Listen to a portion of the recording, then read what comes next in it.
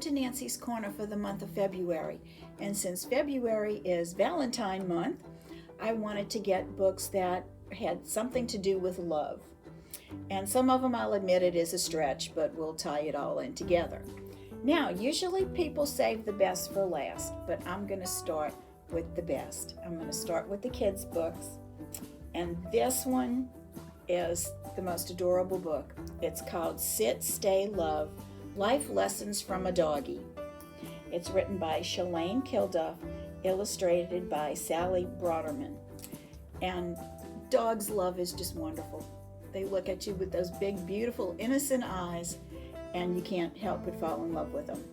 And this is lessons that dogs learn, like stay in your yard, don't talk to strangers, things like that, are really good lessons for people. And I'm going to read just the introduction because this is what sold me on this book. We may not learn life's most important lessons, but live them every day. Pay more attention to our people, take time to rest, find joy in little things. This one's my favorite. May you sit longer with those who make you happy. Stay a while in places that bring you joy, and love greater than yesterday, for the days go fast. What better lessons could we learn from our precious doggies? The next one is The Moose Who Love Noodles. Boomer is a moose. This is written and illustrated by Rachel Dutton, who lives in the forest, and the forest rangers have a picnic, and they bring noodles, and he brings slug salad and things like that. Well, he absolutely falls head over heels in love with noodles, and he can't get enough.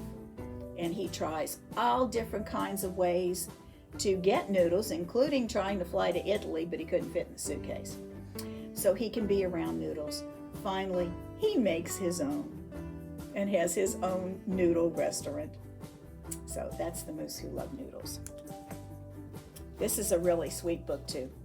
Amos McGee Misses the Bus. It's written by Philip C. Stead, illustrated by Aaron E. Stead.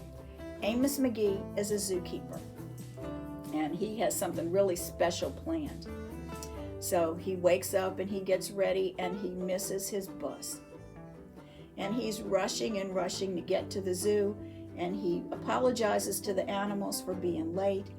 And he's cleaning the cages, he's feeding them, he's doing all his chores.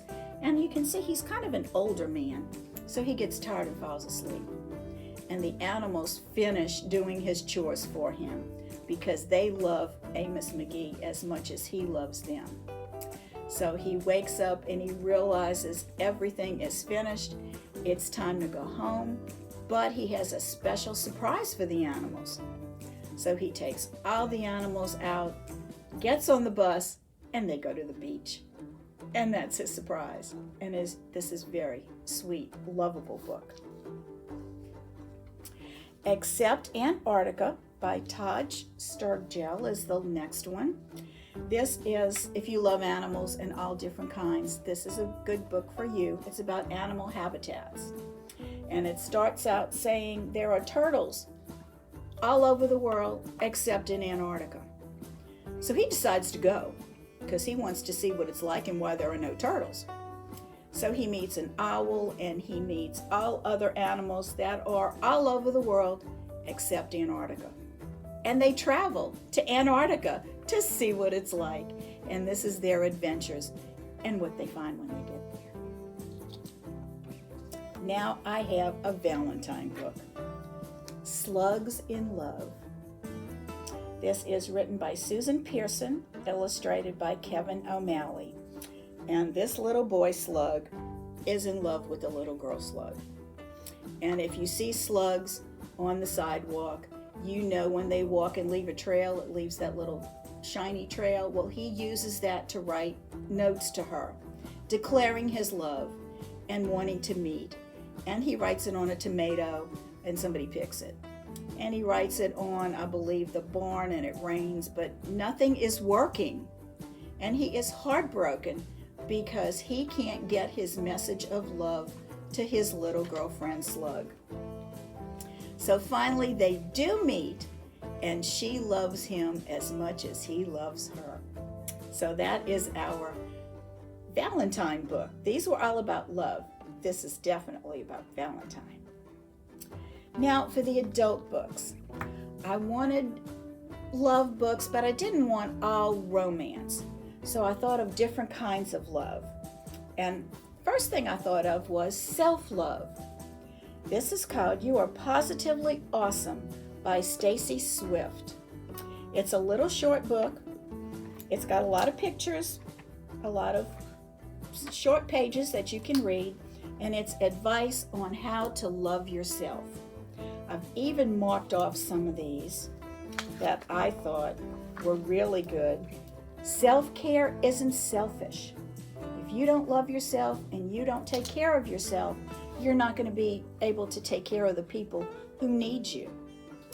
Another one is,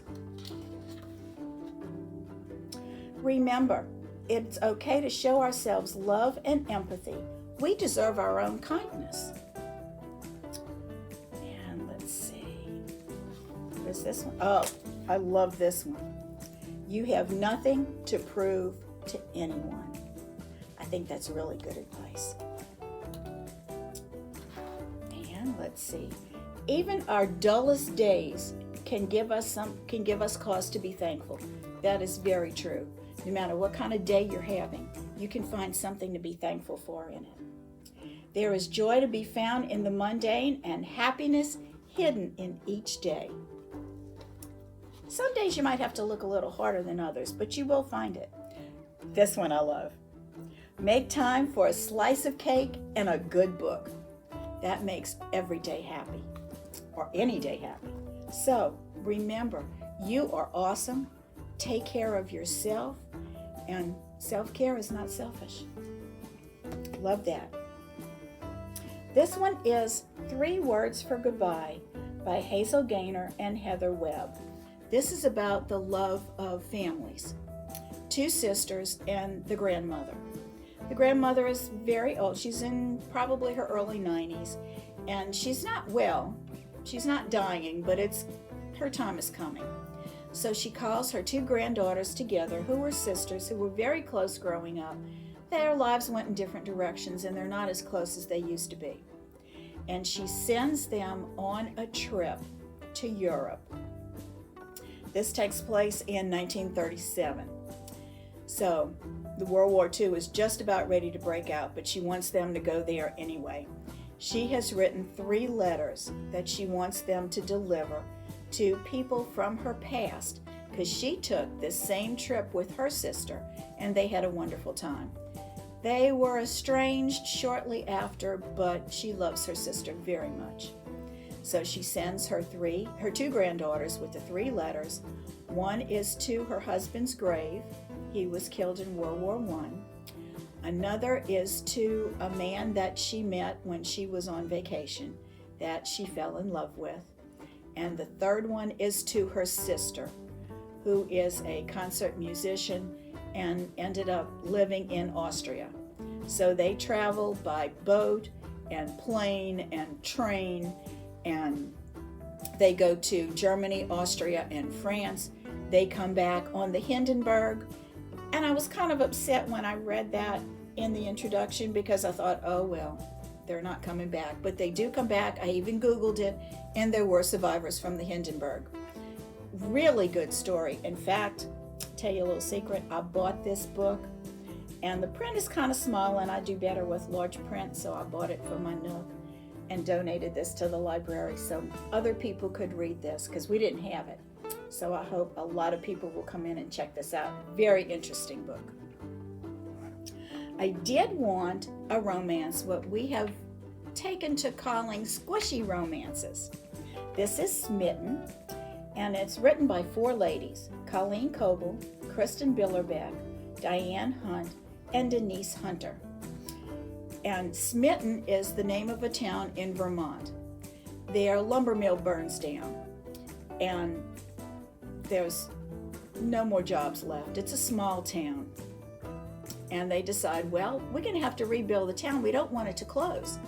So one lady gets the idea to make it a romance and honeymoon destination. They already have the name Smitten, so why not act on the name?